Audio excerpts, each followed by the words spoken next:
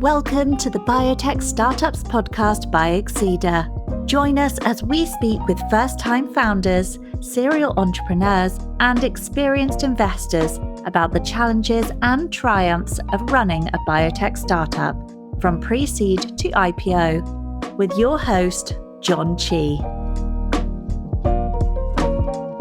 Our guest today is Sandra Shpilberg, co-founder and COO at Adnexi, an AI-powered platform that profiles and evaluates patient advocacy groups by therapeutic area to enable biopharma patient-centric strategies, from clinical trials to treatment launch. Sandra is an accomplished life science executive and serial entrepreneur.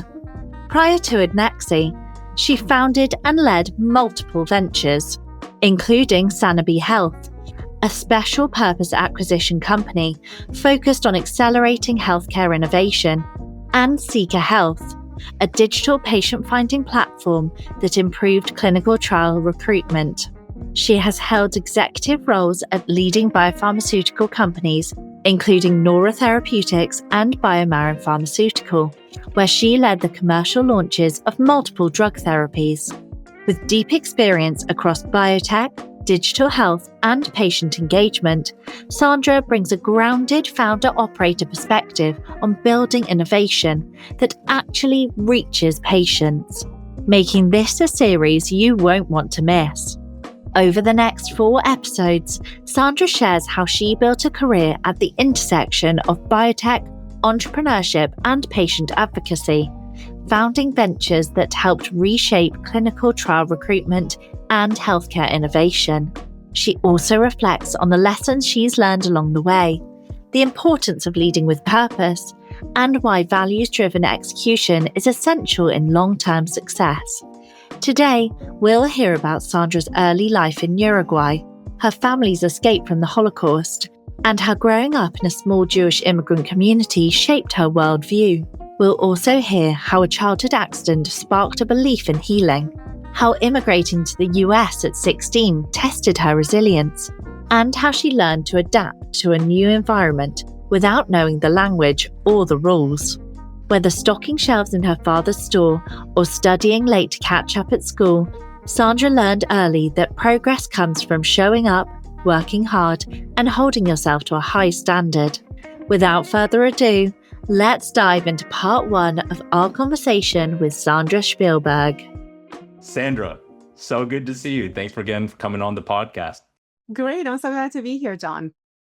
So to the run up of this conversation, we really, have been excited. And, I know we put this on the calendar, as we mentioned before we had recorded like months ago. So, it's kind of been an anticipation up till now. We've really been excited to kind of really dig into the earliest days and kind of figure out what kind of influenced your leadership and business philosophy, and how did you get into business and science? So take us all the way back. What was kid Sandra like? Yeah, let's start from the beginning. So I was born in Uruguay in South America, and I was born there to a family of Jewish people. And my grandparents were Polish and Romanian Jews, and they escaped the Second World War. They escaped the Holocaust. They basically left with nothing to start from zero in a country that they never heard of. And they didn't even know the language, right? But this was sort of like the impetus, right? I must save my life, and therefore I have to leave what I know and start from zero somewhere else. And so they moved to Uruguay in the 1920s, 1930s. They set up brand new lives. My parents were born there, and I am second generation Uruguayan. And so by the time I'm born into this small Jewish community that is part of the larger community in Uruguay. But I already know from a very early age that a couple of things. One, we're not afraid to start from zero, right? We can start from zero. We move countries, we learn new languages, we start new communities. So that was imprinted very, very early. And I think from that very early age, the lives that I was seeing were already very entrepreneurial lives, right? People who had started from zero. So I think that was part of what was happening there. And then my mom and dad, they were very interesting people. My dad had two businesses. There were two small businesses. One was a hardware store where literally he sold pliers and pots and pans and, all of these things. Some of the things were consumable. Some would last forever. And he operated this mom and pop hardware store. And then he also had a furniture making facility where he made like tables and beds and chairs and basically like very simple furniture that would be sold not at a very high price. And so he operated these two stores within the economy of Uruguay, which was generally, I would say, like a struggling economy. And so I watched them do this. And I think that was my first experience in entrepreneurship, watching somebody work through external market forces, his internal state, trying to delight customers, trying to retain customers. And I worked at his store, basically from the time that I was born. The hardware store, we called it, the hardware store was our babysit, right? Yeah. So like after school, we'd go to the hardware store and we would stay there. And my grandmother would live in the back and she would like give us tea and sandwiches. And then after that, eventually we would get home. My mom also worked. So she worked at a bank, generally various banks, but she was generally helping people set up accounts and invest their money. And so I grew up in that kind of dynamic of seeing my father operate in these small entrepreneurial pursuits. And then my mom worked for bigger, more stable companies. And both of them were collaborating to make ends meet and to provide for education. Education was incredibly important in my family, as it is in many immigrants' family. It was really seen as the path of getting ahead, growing, that learning was connected to growing, and then growing was connected to eventually having more abundance and more financial stability. So education was paramount from a very early age. My mom would put an incredible amount of emphasis on, doing the best that you can and getting A's and getting 100 and taking studying seriously and taking learning seriously. And I have a couple of like funny memories around that I still share with her. One time I brought a 98 home. So I took a test. I'm like in third grade. I took a test. I get a 98. It's the highest grade in the class. And I am like so happy. I'm like taking this test home to my mom. And I'm like, she's going to be so happy I got a 98. And she sits down and she looks at the test and she says, "Where are the other 2 points? Let's sit down and figure out where you lost the 2 points so that next time you can get 100. Intense. It wasn't until like many years later that I learned the concept tiger mother. Yeah. But definitely I was doubly raised a tiger mother. And so, so there was kind of like this thing in the family of like, we must get ahead. We must find a way to be good at what we do, try to be the best that we can and get ahead. So that's where I grew up. And then I think that there were 2 early experiences that were really defining. One early experience is that when I was 4 years old, I had an accident at home and I got burnt with boiling water. My mom was the person that was responsible, the caretaker responsible at that time. And basically what happened is I tripped over this homemade humidifier that she set up. That was a pot of water boiling with eucalyptus leaves. I was sleeping in the other room. I woke up, I went to this room where the pot is without knowing that it had been set up in the middle of the room. I tripped over it, fell on top of the whole thing and got burnt. And so this was obviously a very traumatic incident for a 4-year-old. And I've done tons of therapy on it. I am like completely on the other side of it now, which I really recommend for people who've had traumatic experiences like this. But at the end of the day, this experience, what it enabled is for me to understand that healing is possible. Like I walk around the world wanting to tell everyone that healing is possible. All types of healing is possible. Physical healing, mental healing, spiritual healing. Healing is possible. We know how to do it. We can do it. Sometimes we need lots of resources to do it. But I think that very early experience set me on this path of really being interested in healthcare, being interested in innovations in healthcare, tools that can help people heal body and mind.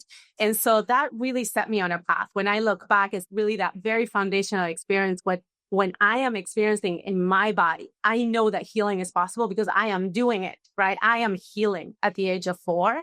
That is possible. So that was one experience. And then the other early experience is at age 16, my family immigrated from Uruguay to the United States of America. Now, my father had come to visit 5 years before. He had a brother here, and he fell in love with America. And I think what he fell in love was that America is really the land of opportunity. Like, you can come here and you can work hard, and there are paths for upward mobility. There are paths to create companies, to do things that are amazing. He fell in love with that, and then went through the process of applying for us to legally immigrate to the United States.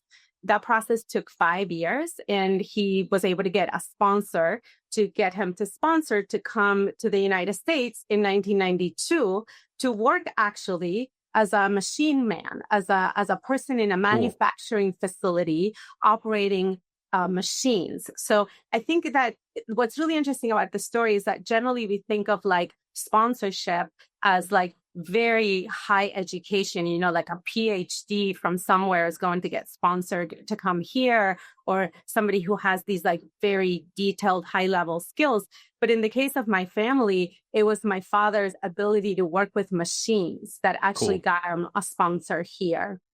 And so we went through that process. And then in 1992, when I was 16 years old, the papers came through.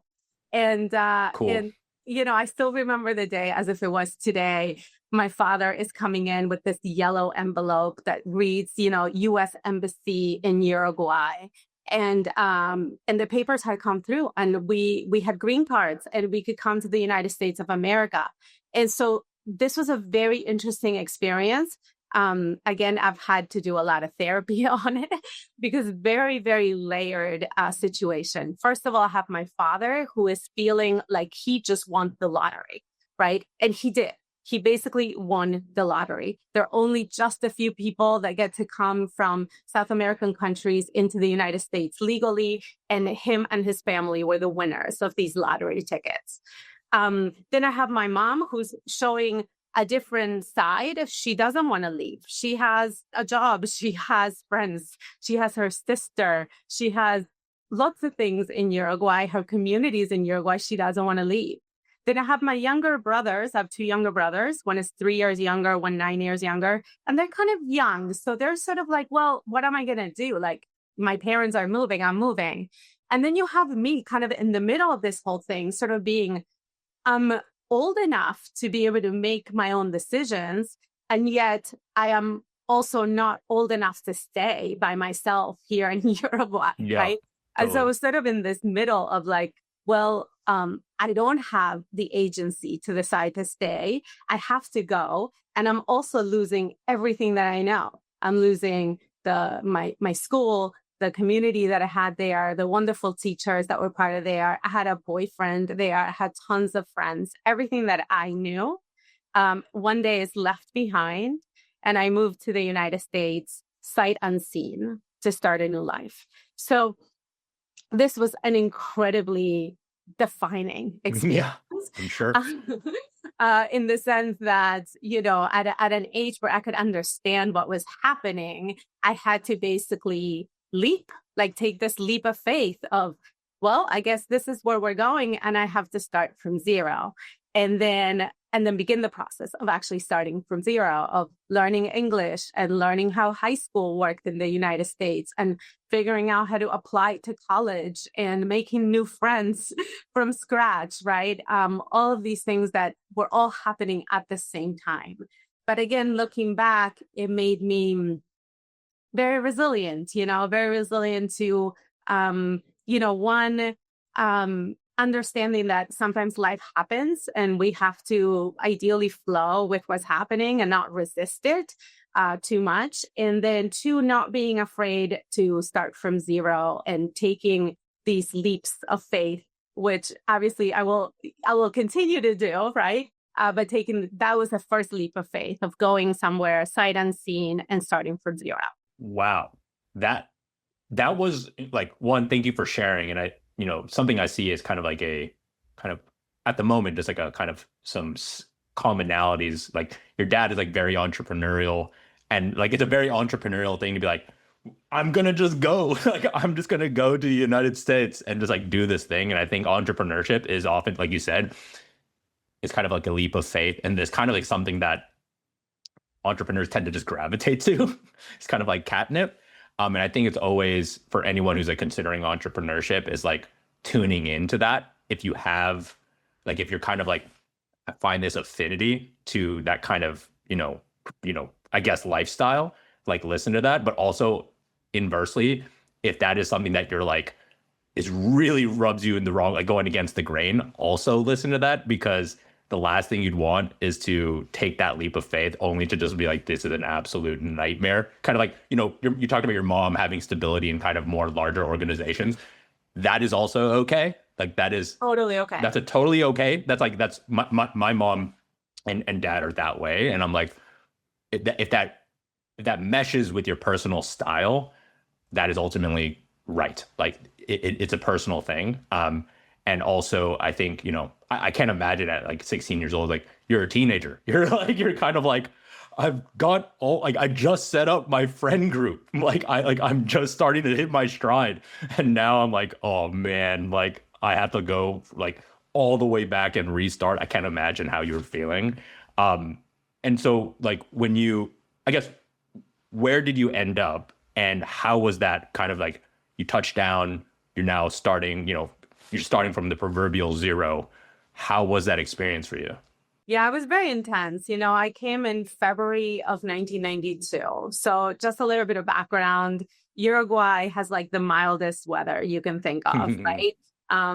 It's like a beach town, basically. It's a beach city and has like the mildest weather. I didn't even have like a thick jacket that I owned.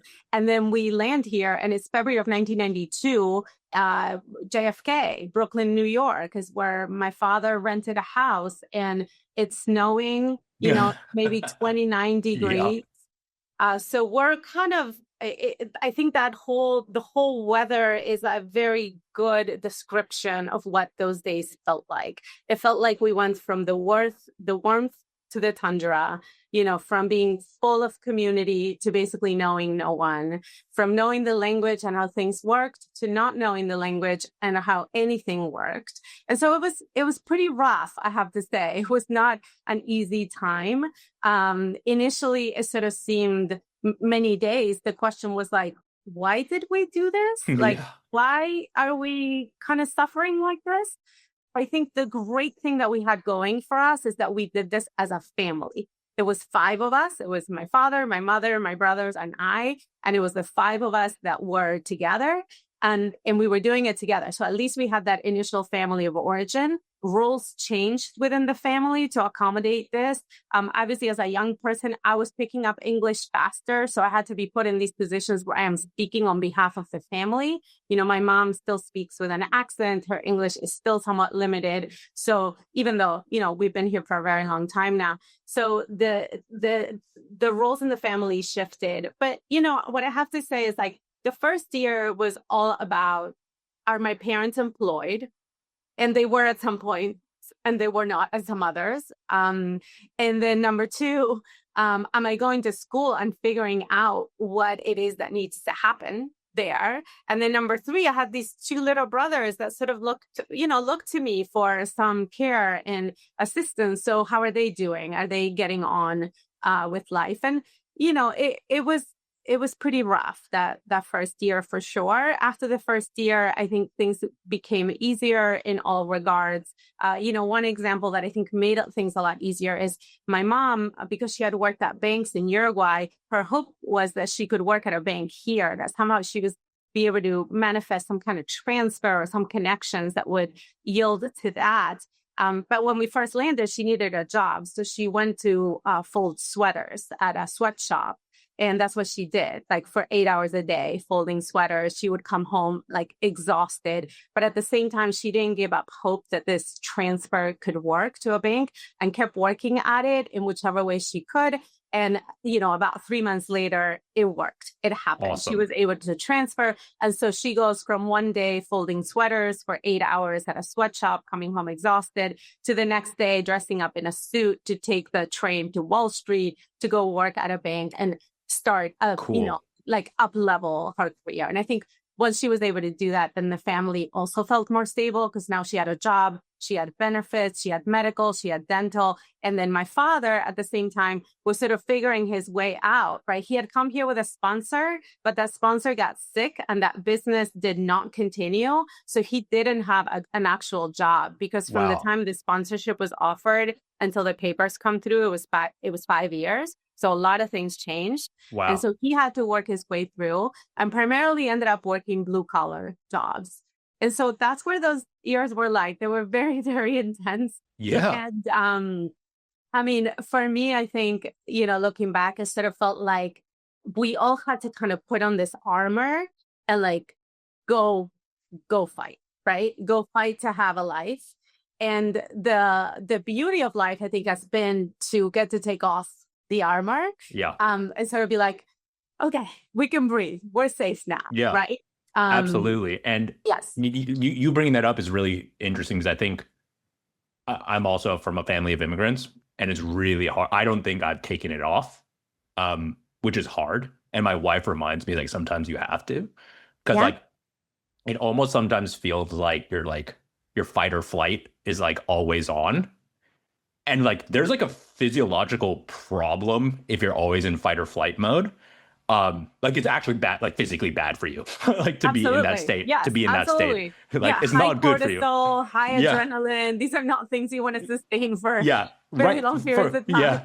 For certain situations, important, but for your everyday life, like probably not so good. But I think what really stood out to me is you have a front row seat at seeing, resilience in action, which is awesome. Cause like you saw your mom just like didn't give up and just got it done, got it done. And that's like freaking awesome. That's awesome to see. And I think, also, growing up, like one is like moving to a new country is already hard, but also I can imagine moving to New York is like ultra hard because it's like there's so much going on and like I can imagine this is me just like trying to imagine myself in that position, just like feeling overwhelmed by like incredibly overwhelming. I go there as like just to visit friends. I'm like, oh my God, like I spent a weekend here and I feel overwhelmed. I can't imagine going to New York and then you're just like, all right, I need to like one, learn the country, but I also need to two, learn New York, like specifically. It's like on super hard mode. Yeah, it was very intense. And actually the house that my father could afford to rent for us happened to be under the elevated train. So when you go very deep into Brooklyn and you get to Brighton Beach, Sheepshead Bay, that kind of area, the subway runs elevated. And it goes behind a certain number of houses. Now, this is the house that my parents could afford. So talk about overwhelm, talk about like nervous system regulation. Now, here's the thing for me. I am a sensitive person. I was burned at the age of 4 and I have incredible sensitivity in my body. Then I have to come to New York and put in this situation where the city is not only a lot, the immigration is a lot, but also we live in a house that is under the train. Yeah. A lot. It's just like piling on. Yeah, just piling on. Yeah. So obviously, like that's kind of the life experience that I've had. But I think the good part has been that a lot of this can be undone. Like the concept, probably if I can impart any message, is that anything that is not for you can be undone, right? And eventually you can get to a place where you don't live under the train, right? You're not in this city that is completely overwhelming if it is to you, right? And you get to build some peace and stability and ideally begin to take off this arm. Yeah. And I love that. And I honestly like that's something that I need to hear, to be quite honest, because like I think I personally I do struggle with that, especially, you know, it's kind of just been a lot of pressure over time, and I think, and it's like not to like say there's benefits to it as well, like where like the intensity like start like entrepreneurship requires a kind of like a intensity to it, but like that intensity should not be on all the time. And so it's kind of like, when can you like find more balance? And I love to hear that. And as you're starting to get acclimated, kind of you're like, okay, things are not as like, you're not feeling tectonic shifts underneath you the whole time, and you're starting to approach university and thinking about going to college. Take us back then, like what was going through your mind then, where you're like, these are, you had to figure out the university system, how to do the applications. Yeah. Like, how was that? It was that whole thing. So I came to finish junior year of high school at a public high school, Abraham Lincoln High School in Brooklyn, New York. They had a wonderful college counselor. I still remember her name, Mrs. Kinsella. And she was very sweet. And I think she felt really bad for me because I was coming in really at the last hour. I ended up working at that college office as a part-time job. She was very helpful. And also at that time, I met a young man who would eventually become my husband. And he was very helpful in basically explaining to me, he had to explain to me, Phil is his name. Phil had to explain to me that you have to take the SAT. And I'm yeah. The SAT. Yeah. Oh boy. Oh boy. And he's like, and you probably should also take the TOEFL because like you've been here for 3 minutes. So you should take the TOEFL just for like foreign, speakers, so that you can show that you know English at a good enough level to go to college. And you have to actually apply to every college. And Uruguay didn't work that way. There's a public university that is the University of Uruguay, and you don't really apply, you register. Right. So if you want a spot, you have it. And then if at the end of the day, it doesn't work out for you, it sorts itself out that you will not finish. So all of it was new. The fact that you had to apply, they had to pay to apply to college, that you had to take the SAT, that you needed these letters of recommendation, you needed to write essays. So at the end of the day, I did probably like the minimum, the maximum that I could do for my situation, which was the minimum for anybody else that would have had an opportunity to actually apply to college. I applied to NYU. I applied to CUNY, the City University of New York that had Baruch College in it. And then as Phil looked at this setup, he said, NYU is too expensive. CUNY as a public university, you need to apply to something in the middle. That is like a private university that is not expensive, but that is, maybe good enough. And so we came up with Pace University as like that middle ground. And so I applied. I actually got into all of these places, and he was right. NYU was going to be too expensive. It's still too expensive. For most very people, expensive. Yeah, right? Yeah. But I don't know. I think maybe back in that day, it was like maybe like $40,000 a year. And Pace was like $13,000 a year. And then City University of New York was maybe like $5,000 a year. And, my parents didn't have money. They had put together a 529 that was like, richly funded. There was none of that. And in Uruguay, also, the university was public. So you didn't have to pay a significant amount of fees to go there. So so basically Pace ended up being the place that I chose to go. They gave me some scholarships, and then there seemed to be, I thought that I was going to figure out a way to maybe get more scholarships or maybe work for credits and not end up with like some very significant amount of debt. But as you see, like the financial consideration was really the first consideration in going to college for me. I need to go to college somewhere where I can get trained to get a job, but I also need to make sure I don't walk away with hundreds of $1,000s of debt that are going to set me back. And so I ended up going to Pace University. One other thing, all the schools were local. So all of them implied that I was going to live with my parents while going to college. And obviously, it would have been a great experience to leave home, but I think I didn't even consider it. I was so fresh to the country, I did not even consider being away from my parents. I had already left everything once. And at this point, what seemed okay was I was home in Brooklyn. I would take the subway up to Manhattan, go to college as a commuter student, basically. And most students at Pace were commuter students anyway, and then go back home. So that's what happened. And Pace was a wonderful place to be.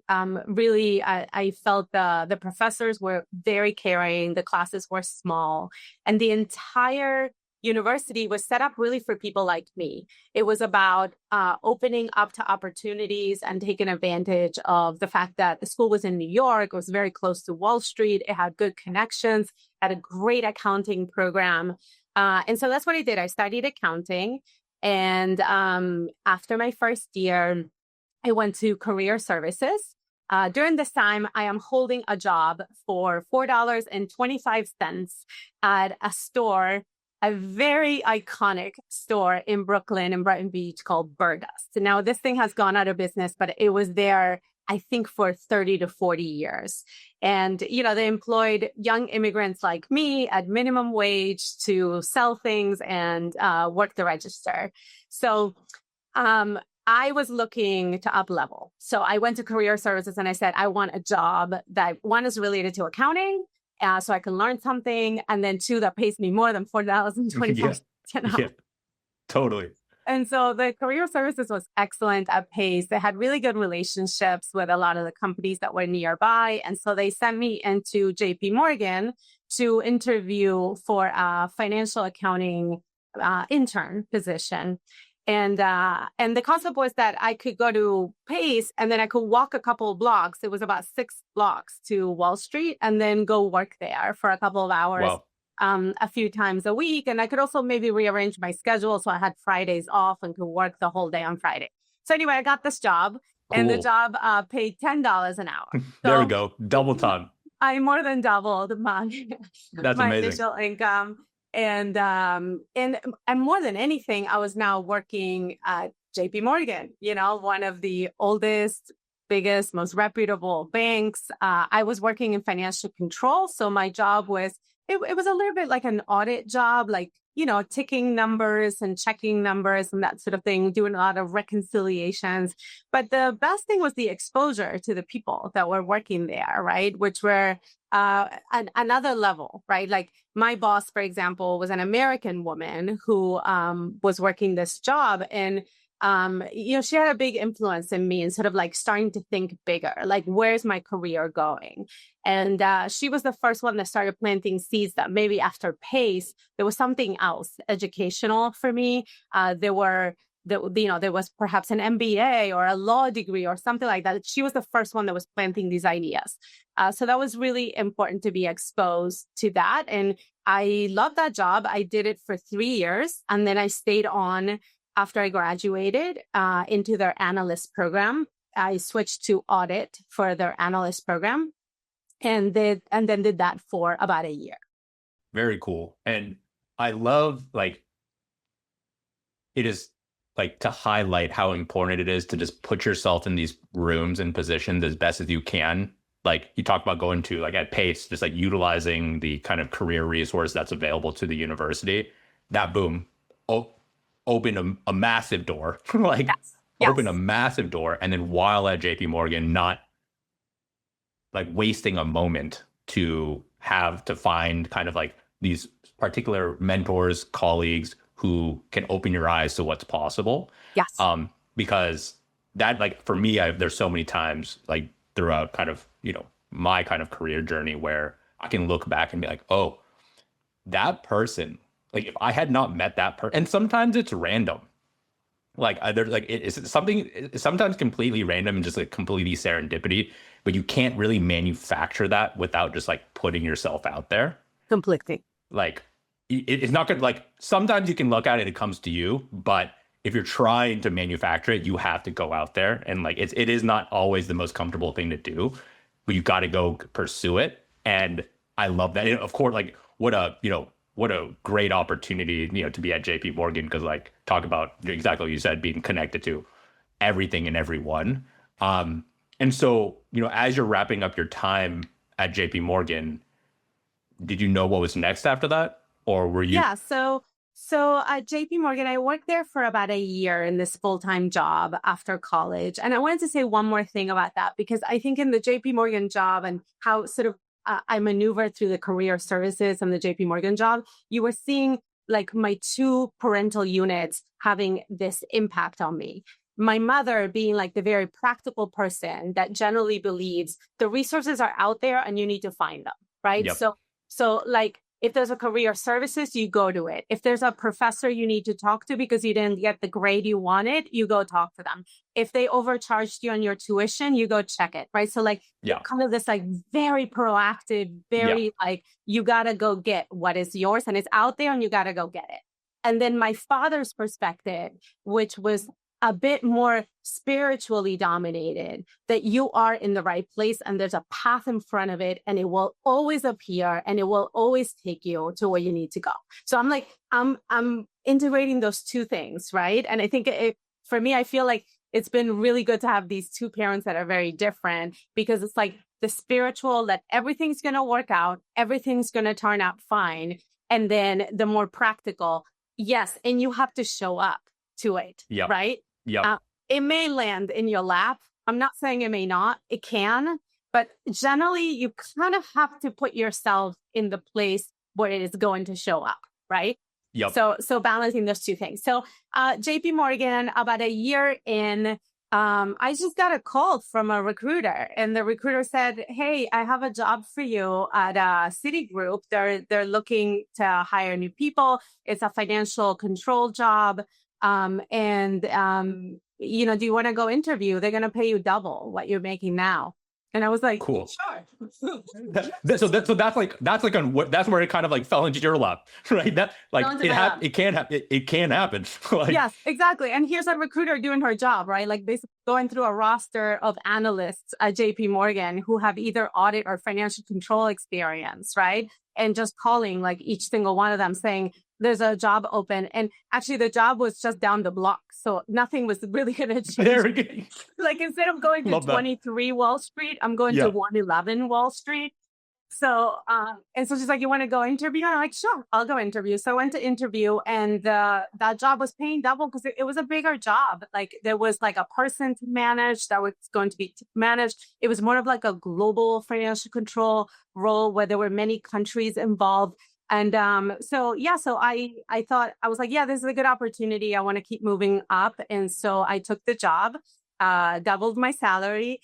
And then the recruiter gave a dinner at, what was it called? The Rainbow Room. So to thank me for taking the job, I got to go to dinner. Sweet. With a date. Sweet. To Amazing. The Rainbow Room. Amazing. You know, and New York has so many good restaurants. At that time, that was like a very nice restaurant to go to for a 24-year-old. Yeah, you know? Absolutely. Absolutely. And so now, I mean, it sounds like you're kind of, you're managing someone now and you're stepping up into a kind of a global role. What was that experience at Citigroup like? Yeah, it was very interesting, this experience. This was like a very dynamic group. We're doing financial control for these products called global custody, global clearing. So the products weren't necessarily exciting, but the good thing about them is that there were products that were being used all across the world and pretty much all across the organization. And so the way this stepped me up is that one, it gave me this really global view of business. Like we were no longer just checking and ticking like US things. Like that now we were working across, 20, 30 different countries. And we were in contact with the countries, sometimes whoever was the contact there, and really turned me into a global perspective. Like business is global. And then the managing people was also very important. I actually had this very great opportunity managing a person because I happened to manage somebody who was struggling with infertility and was trying to have a baby in the time that I was managing. And I had to support that. And, of course, it was great for me to support it, but I was younger than her. Yeah. I hadn't had my own. It's own like your children first time, yet. time managing as well. Exactly. And Yeah. so sort of supporting her as she is going also through this like very personal and somewhat challenging process that also had implications for how available she was going to be during the work. But that was honestly a great experience. We became very good friends. She ended up coming to my wedding, and yeah, so I actually have very, very good experiences. And then what ended up happening was that when I was at JPMorgan, there was a seed that was planted that basically said, I should probably go get an MBA, and I should probably go get the best MBA that I can get according to the rankings. Because what happened was that I got to see that there was a next level. Right? There was another level. There was a level where people were graduating with MBAs from Wharton and Harvard and Stanford. And then that was opening a new level for them. And so in sort of this upward forward motion that sort of defines, I think, most of my life, about a year into the job at Citigroup, this MBA thing is percolating in my mind. And I say, you know what, I should apply. I should apply and see. And my deal with myself was, I'm only going to apply and go if I can get into one of these places. Otherwise, I'm okay kind of staying in this job, and then I can go a little bit later. Anyway, I applied to the schools that I mentioned. I got into Wharton. And so then about 3 years after leaving college, I started my MBA at Wharton. And yeah, and I was really proud of myself, and I was really happy. That's badass. Yeah. That's badass. You were just trying to figure out what the SAT was. Yes. And now you're at Wharton, which is freaking awesome. So props to you. Like, you should be very proud of that. You're just like, SAT, like, what the heck? And then you're now at Wharton. And how was that experience? Like, you're back in school now. Like you saw, like, JPMorgan and Citigroup, both massive, highly productive operations. And now you're back at school. It's probably you might have like a little bit of a shock. Like, what the heck? Yeah, I mean, I actually love school. So the school part was fine. They're working on the case studies and working with learning teams. All of that I think was perfectly fine. And in Wharton in particular was like very applied knowledge. We were always working with like local companies to help them increase profitability or think of new innovative ways to approach the market. So the education actually felt less didactic and more applied. So it was very applied education. And then also between the first year and the second year, we have an internship where we have to go and get a job. And that internship was very defining for me, because by the time I get to Wharton, I'm like, okay, well, I went into accounting because that was a good way to get a job, right? Because I was an immigrant. But now I'm like 7 years out of that experience. And what I really should be focusing on is, what is it that I want to do with my career? And that's when healthcare came back into the picture. And I said, well, if I had to do it all over again, right? If I wasn't an immigrant, I would be working somewhere in health. Maybe I would have even been a doctor or something, right? And today I'm kind of glad I'm not a doctor and I'm in the path that I am, because it's very entrepreneurial and there's a lot of innovation in it. But at Wharton, I get that chance to basically take off a little bit of armor and say, I no longer need to get a job just because it's available to me and it's going to pay the bills. Now I should be shifting and I should be doing something I actually want to do, that I actually feel called and I feel purpose around. And that's how I switched into healthcare. And so between my first year and my second year, I had an internship at Genentech, the mother of all biotech companies. And this internship was completely defining. It confirmed for me a few things. One, that there was a great place to be in biotech, where you could be a business person that is helping these products come to market and helping the products reach the patients that needed them. Of course, in biotech, there is incredible impact being made by the scientists, by the researchers, by the doctors, by the clinical operations people. That is great. That's all necessary. And also what's necessary are the business people that are going to actually move this product along and make it accessible to the patients that actually need it. So that was really important to confirm. Two, it was really important to confirm that there was a thriving industry, that Genentech was the mother. It was the mothership. But then there was all the biopharma companies that had been there for, hundreds of years, right? The Mercks, the Johnson & Johnsons. And then there were smaller companies that were popping up and getting venture funding. So what it confirmed for me is this is a massive, productive place to be. And I want to be it. That's very cool. And I guess going from East Coast, and I'm assuming you stayed to spend some time in California. How was that personally for you? Oh my God. Amazing. It was my first time in California. Yeah. And I get here and, it's like San Francisco in the summer. So it wasn't super warm, but it was sunny and there's beautiful nature and everything's just feeling more airy for me, more open. So I had fallen in love with California sooner than that. Genentech was the first time that I was coming to live here for a significant amount of time, 3 months. But I had come here before because after PACE, I took my savings and went on a trip to Europe, one of these Kentucky tours to Europe for a week. And there I met these two girls from California and they just looked different. They were people that were they were lit from the inside. They were happy and cheery. They had not gone through any of the darkness that I had to go through. And we became really good friends. And then after the trip, they invited me to come and do a trip where we drove the entire California coast. Cool. And so at that point is when I fell in love with California. And my friend Amy, I would tell her, I'm going to move here. And, I did the internship at Genentech, but then I didn't move here. I didn't take the job at Genentech. What happened was that after I finished my second year of Wharton, my husband also wanted to get an MBA. So he went to Wharton as well. So he went after me.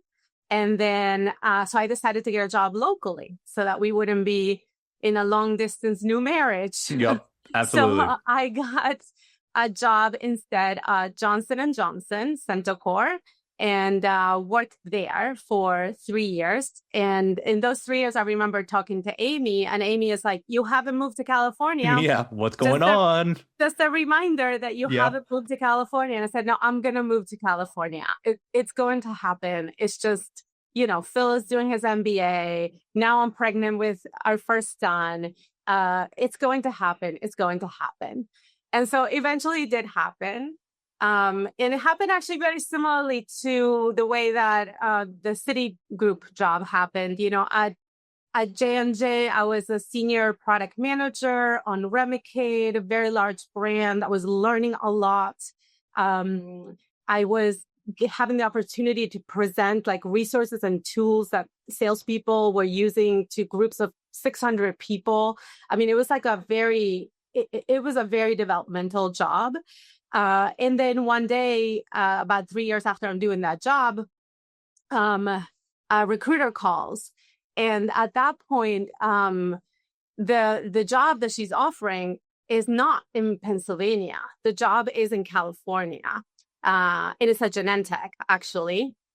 And so I was about to turn 30 and I start thinking, wait, I'm about to turn 30. Why is it that we're in Philadelphia? How did we end up in Philadelphia? I'm like, well, we ended up in Philadelphia because we went to do 2 MBAs, but now those MBAs are complete. And so basically the whole country and world are open. Where do we want to live? And our families were in New York. Everybody was still in New York. But I had this dream of California and we made it happen. And so very cool. Now the recruiter called me with a job at Genentech. And I said, well, that sounds great. I'll interview for that. But since I'm crossing the country for this interview, do you have any other companies that are looking, just so that I could do maybe Thursday with Genentech and then Friday with another company and have a few things to compare? She's like, yeah, actually I do. I have a job at this company that you probably never heard of. It's called BioMarin Pharmaceutical. And I said, no, I actually have heard of it because somebody that I knew, her husband was working there. I said, and the recruiter said, I think this could be a good role for you as well. It's going to be obviously bigger and broader because it's a small company. But yeah, let's send you in Thursday to Genentech, Friday to BioMarin. And so I came out, interviewed Thursday at Genentech, Friday at BioMarin. And after going through the BioMarin interview, I was so sure that that's the job that I wanted, right? Yeah. Because I think in this time I had found, especially after working at Johnson & Johnson for a while, I had found that in the larger companies, the jobs tend to be very segmented, right? And you get to do one thing and do it really, really well. And then your counterpart is doing something else and they're doing it really, really well.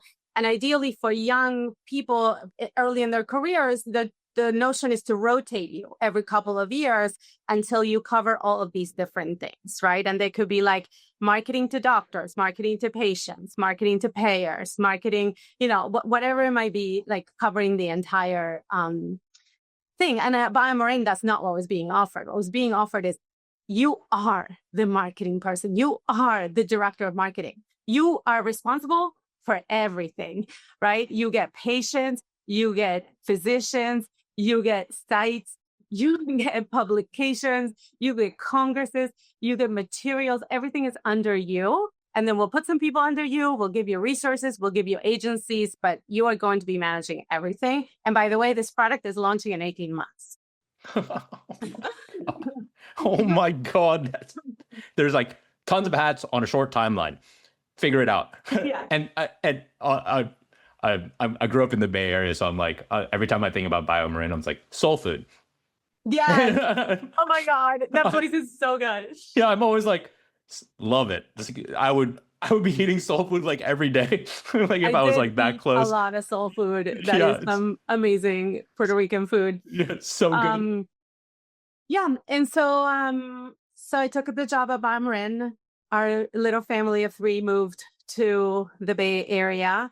And it took us a while to get set up. It was also a leap. It was a big leap for us. We were leaving our family on the East Coast. There was really no one of our family here. And, there were honestly a lot of considerations that probably I didn't think through well enough. Like, will my children have enough access to their grandparents? Will they have enough of a concept of family? But we tried to do the best we could there.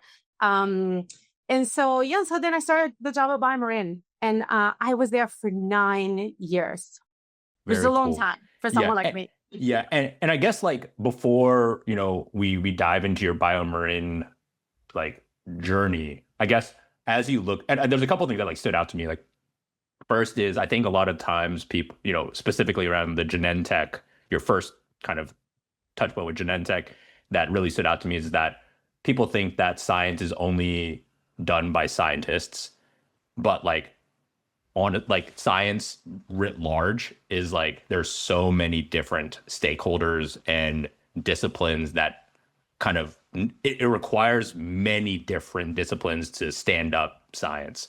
And exactly what you said, business people, finance people, ops people, like there's so many stakeholders and like making sure like obviously developing the drug, getting it approved, all critically important, but there's also like the downstream of that is like what does it take to actually get it into the hands of patients, which is like a whole thing, like such a massive part. And I love that because it's like for anyone out there who wants to get into science but may not have a scientific background, I encourage you, like, don't feel like that precludes you, like, from entering science. You can definitely get into science without having a scientific background. You have a part to play. And we, science, I clearly biased because we're in science, but I think it gets you out of bed, like just knowing kind of like, we're all like fighting to improve health outcomes for patients. Like there's nothing better in my opinion. So come on in, like the water is warm. But that really stood out to me. But when you reflect back on the Genentech experience and the J&J experience, what were some key lessons from each of those experiences? And were there any kind of like mentors or colleagues that took you under the wing, kind of similar to when you were at JPMorgan? Yes, excellent. So Genentech was a great place in terms of mentorship. Like the people were very friendly and very much about developing the new talent.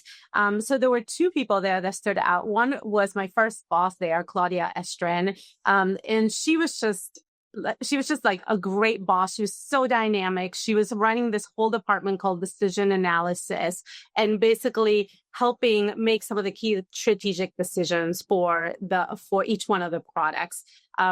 She was a great boss to have as an intern and really connected me to a lot of people, exposed me to a lot of people so that I can begin to learn what do careers look like. And I think that that's what you need early on, like somebody who's willing to introduce you to different people that have made their way through a path. And then that person is willing to tell you, well, this is what this path looks like. And there are so many paths, even like just within commercial operations, right? You could be in market research, in marketing, in medical affairs, right? In sales operations, in sales. There's so many different paths. And she did a great job basically pointing me to the different people that were willing to talk to me about that. The other thing that she did was she demonstrated to me how important it was to have close relationships at work, because I could see that the reason why she was so successful is because she had very close relationships with a few people that were so devoted to helping her, accomplish whatever it was that was on her plate at that time. And that, business wasn't just about the content. It wasn't just about like the analysis and the precision and getting 100. It wasn't just about getting 100. It was about how you got that 100. It was about, did you have people that trusted you, that wanted to collaborate with you, that wanted to help you, and that relationship component was really important. The other person that became incredibly important in that role was Amy Burrows. And she came to my final presentation as an intern that I had made at that point, in which we were deciding whether or not Genentech should use direct-to-consumer advertising for any of their products. And the answer was mixed. They had some products that were not going to be a good fit for consumer advertising, like their cardiovascular products that are administered in an ER setting. And then they had other products that were excellent fit for consumer advertising, like the asthma franchise with Xolair and other products. So she came to my presentation and then after that contacted me about staying on board and helping her with this commercial almost a commercial operations system that she was putting together. Genentech was getting ready to launch an incredible number of products in a very short sequence. And they wanted to come up with, what is our playbook? How do we approach the launch of each product? And so the year after my internship, I worked part-time at Wharton. So I was at Wharton and I was working part-time in one of the first remote jobs out there. Helping Amy with this commercial operations system, and we stayed close for a very long time. She's now the CEO of a biotech company, and we've been close. But I think these are the people that sort of like leave an imprint because they really make a difference. They sort of see something in you, and they see something in them, and it's resonating, and we can create something together.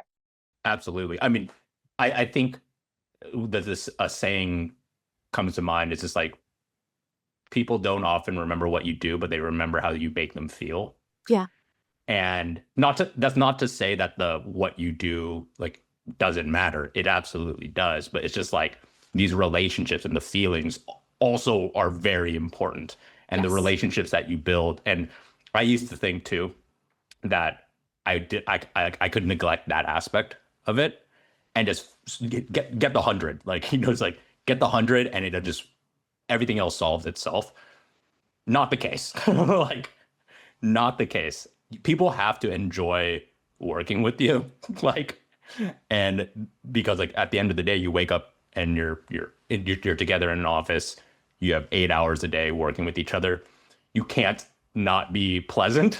Like, can't not be pleasant because then they just, you'll repel kind of like people. And you kind of need to build like alliances and kind of make sure people have that trust, that underlying trust, which is ultimately like a feeling thing. So really, really, I think an astute observation and, something that learning early is important. And at J&J, much larger organization, well, like what were some key lessons from J&J? And, were there folks, obviously it sounds like it was a bit more specific and domain kind of siloed, but were there any people that took you under the wing there, and kind of what did you learn there? Yeah, I would say that also at J&J, the managers were very caring for their people. Even though it was such a large company, it felt that your managers were there to help you. And, they were there to help you develop. They were there to help you grow. And then obviously, because it was J&J, growth was basically unlimited, and I had the opportunity to witness that, to see certain people that had grown through the organization to become like the president of a division. So I think with J&J, it was more about seeing this very large company with incredible number of upward mobility and opportunities, and sort of seeing proof that was possible. And I think one of the other things that was interesting at Johnson & Johnson, at least in the area that I was in, was that there were a lot of women leaders, right? So it also was messaging to me that you did not need to be a man to be the president of the division. You could be a woman with children and be the president of the division of Johnson & Johnson. And I think that was a very good message for me to see early on. Cool. And these are very large companies where they're managing lots of people underneath, very large budgets, very large P&L, profit and loss statements for the division. So that was very encouraging to see that at Johnson & Johnson. Very cool. That's all for this episode of the Biotech Startups podcast featuring Sandra Shpilberg. Join us next time for part 2 of our 4-part series, where we'll hear how Sandra helped launch multiple first-in-class therapies at BioMarin, and what it was like to build a rare disease playbook from scratch while staying deeply connected to the patients she served.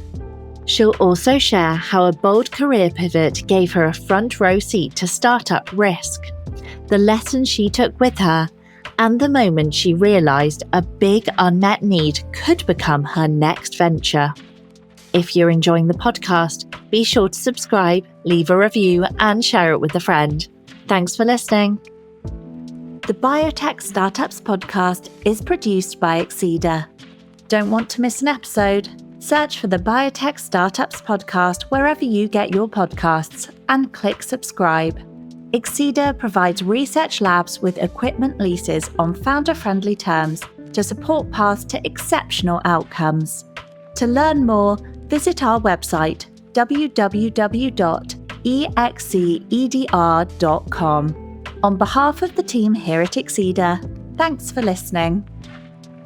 The Biotech Startups podcast provides general insights into the life science sector through the experiences of its guests. The use of information on this podcast or materials linked from the podcast is at the user's own risk. The views expressed by the participants are their own and are not the views of Exceeder or sponsors. No reference to any product, service, or company in the podcast is an endorsement by Exceeder or its guests.